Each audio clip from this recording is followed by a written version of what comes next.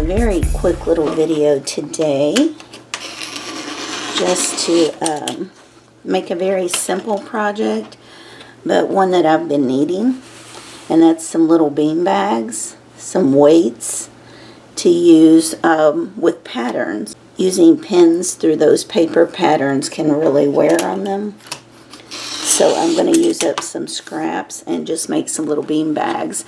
I tried ordering weights, glass weights, and they came in damaged twice.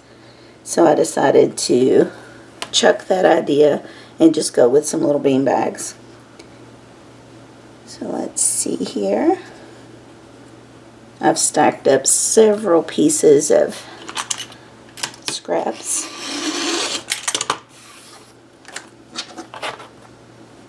So just getting them cut even.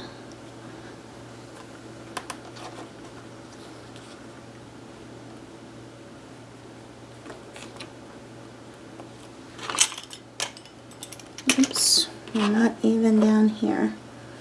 Let's do this.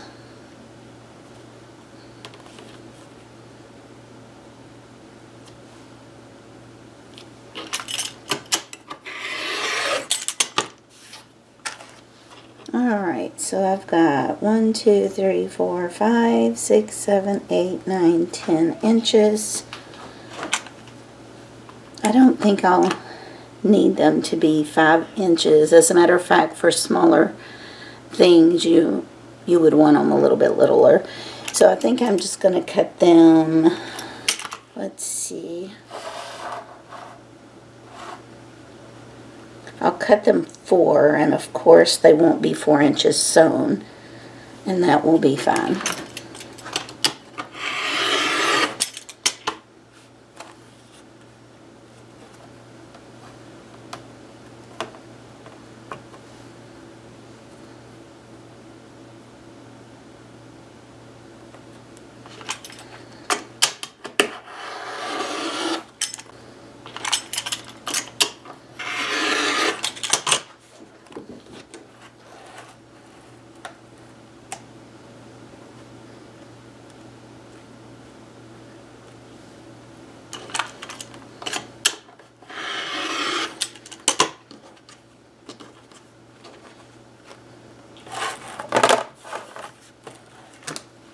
And I'll meet you at the sewing machine. Okay, so I am just going to put right sides together, and I'm going to sew and leave just a little space, maybe a couple of inches there to turn it.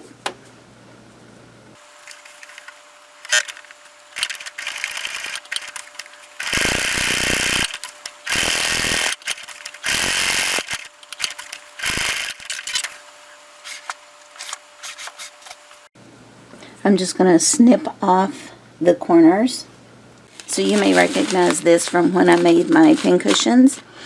I've got so much of it left over that I decided to use it up in these, and then when I run out of this, I'll use just rice. Okay, so I'm going to grab a funnel. Okay, so we're just going to open that up, put that in.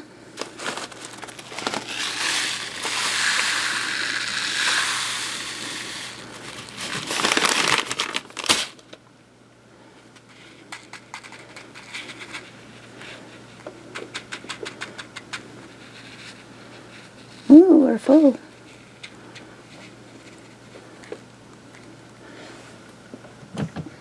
I did make these rather small because they are going to be holding down patterns, but you could definitely mix up the sizes if you wanted to. I'm just going to put this right under the foot and close that hole. You can make them different weights if you wanted to. Since it's just holding a pattern down, I think it'll be fine.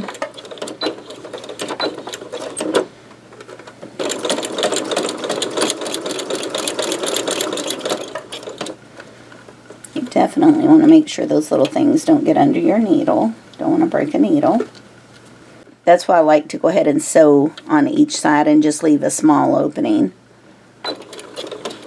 you're less likely to have to worry about that breaking a needle. So there you go. Nice little weight. And you could use other things, especially if you have things around the house that you need to use up in your craft stash. You know, the tiny little beads or anything really that's going to go in there and give you some weight.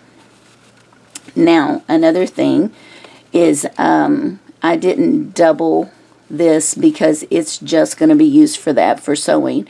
But if you have kids or grandkids, nieces, nephews, whoever, and you wanted to make them some little bean bags, it would make a nice little game for when they're at your house. You could always put little bowls out and let them beanbag toss that way.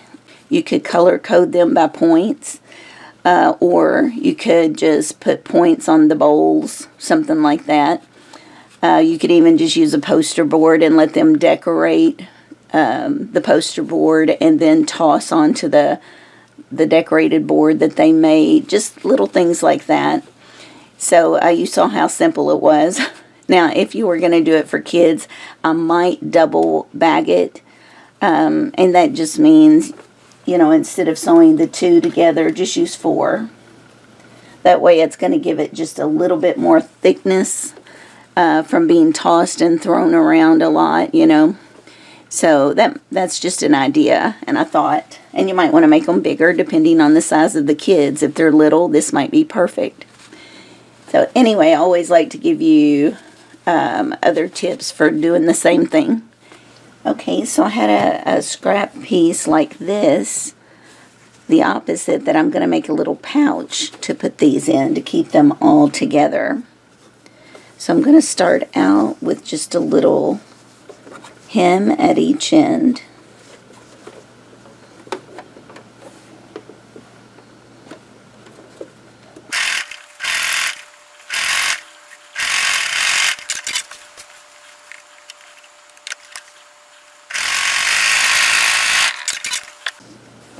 And we're going to do a French seam as well on the sides.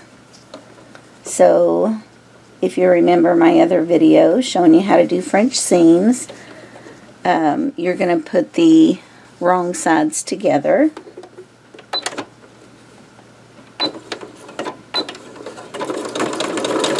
Do just a very small seam. So where normally you would use a 1/4 inch, you want to use smaller than that. It could be an 1/8 or just a hair under a 1/4. You just want to make sure it's smaller than a 1/4. Now, if it's not, you can always trim it off. It's no big deal. Okay, let's come over here.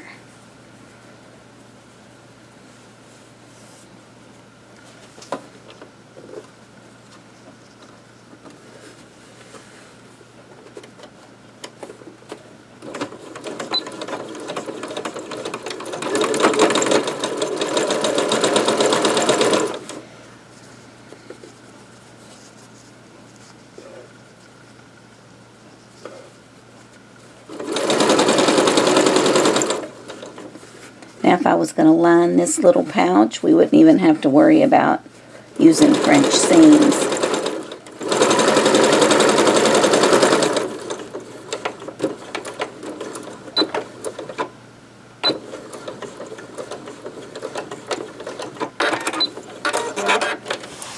Okay, now we're going to turn it wrong side out. We want to lay that as flat as we can there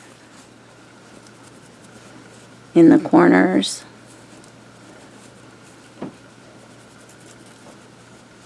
There we go. And you can use a turning tool or the scissors, just anything to work that out. Get it to roll out straight for you, like that. Now we want to come in and do a 1/4 inch seam, or I'm going to do a little bigger.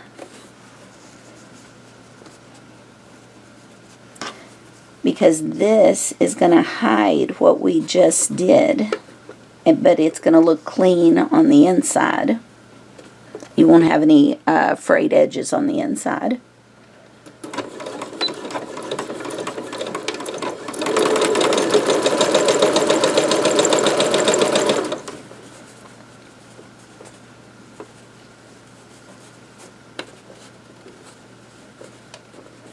And you can feel that seam with your fingers. So I can tell that's not rolled all the way out. I could feel it. Okay.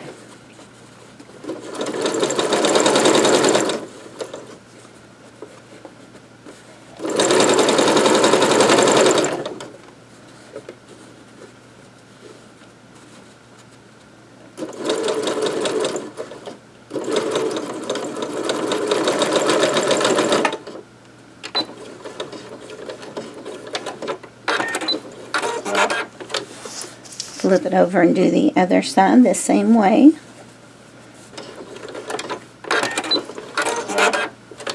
Okay, so now when we turn it right side out,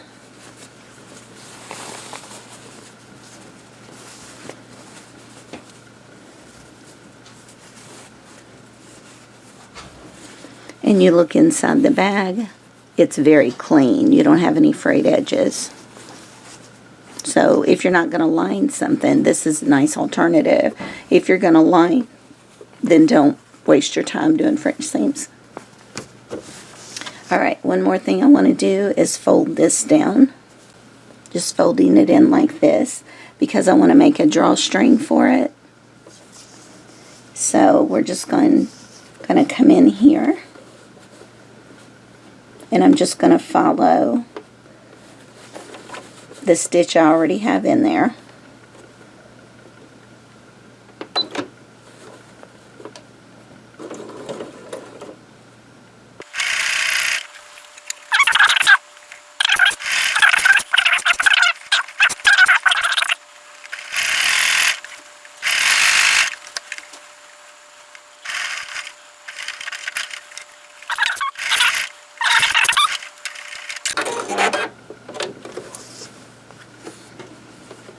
Alright, so right here, just about as big as my finger, I've left a space.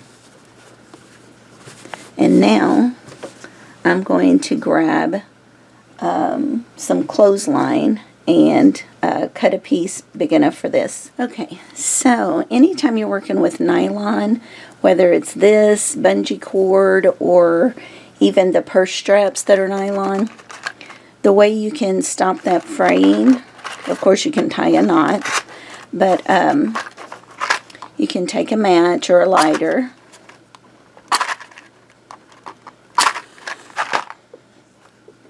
and burn the ends.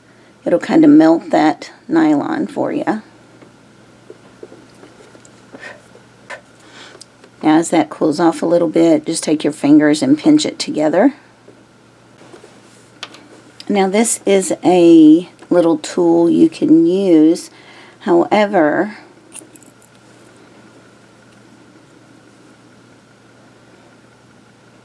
it may be too big, but basically you pinch it on there and that tightens it up.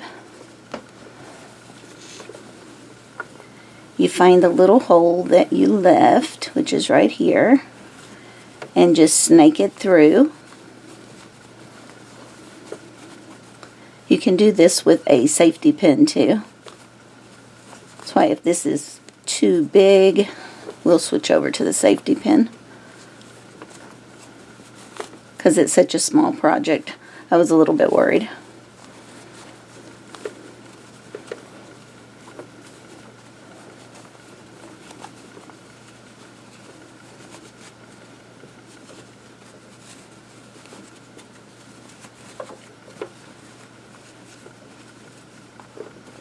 Alright, we're just about at the end.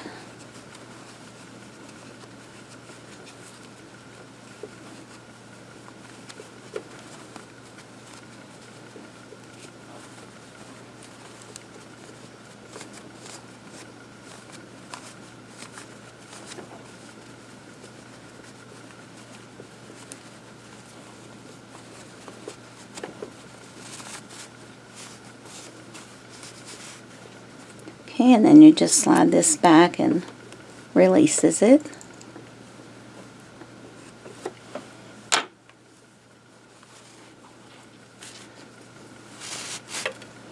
Okay, a couple of things you can do is just knot them to where, you know, it's not going to get caught back in there, or you can use this little cord holder. It's kind of like for you'll see them on bungee cords a lot. Even some of your hoodies will have this. So you push that down and just push in your cord. Whoops. There we go. So when you push this in, you can just pull it tight, and then it's going to hold it there for you. Okay, and I'm going to go ahead and knot it so it doesn't go back through the little hole.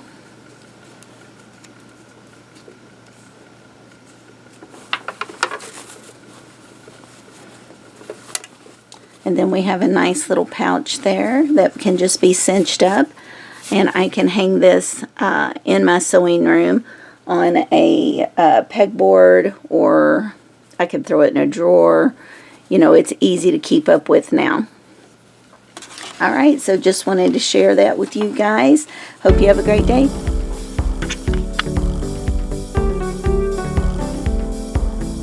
And place of pins.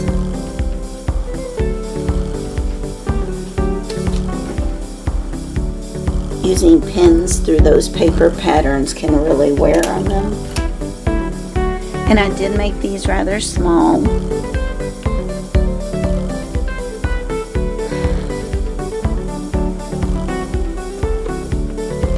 I love you.